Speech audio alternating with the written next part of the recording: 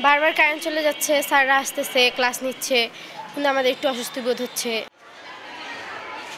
তীব্র তাপপ্রবাহে হাসপাস অবস্থা, তার উপর ঘন ঘন লোডশেডিং। এর মধ্যে মাধ্যমিক বিদ্যালয়, কলেজ, মাদ্রাসা ও কারিগরি শিক্ষা প্রতিষ্ঠানে চলছে পাঠদান। সকালে রংপুর নগরীর বিভিন্ন স্কুলের গেট খুলে দেওয়ার সঙ্গে সঙ্গে সন্তানদের পৌঁছে দেন অভিভাবকরা। সঙ্গে দিয়ে দিচ্ছেন পানি ও জুস। একই সঙ্গে গরমে সুস্থ থাকতে দিয়েছেন নানা উপদেশ। শিক্ষার্থীরা বলছে, অসহনীয় গরমের মধ্যে আবার ঘন ঘন লোডশেডিংয়ে ক্লাস করা দুর্বিষহ হয়ে পড়ছে।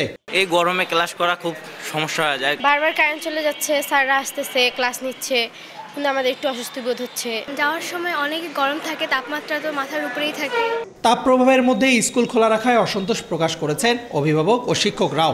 অতিরিক্ত গরম, এই গরমের সমস্যা হইতেও পারে। অনেক বাচ্চা অসুস্থ হয়ে পড়তেছে, আর দ্বিতীয়ত হলো কারেন্ট থাকতেছে না, গরমের কারণে বাচ্চারা হাঁপিয়ে উঠতেছে। তবে ক্লাসের টাইমটা যদি আর একটু কমে তাড়াতাড়ি ছুটি দেওয়া যেত তাহলে মনে হয় আরও ভালো হতো।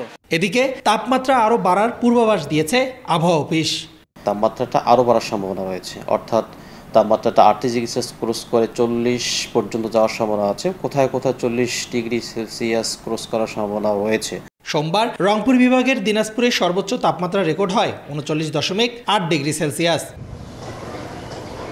রেদওয়ান হিমেল, সময় সংবাদ, রংপুর।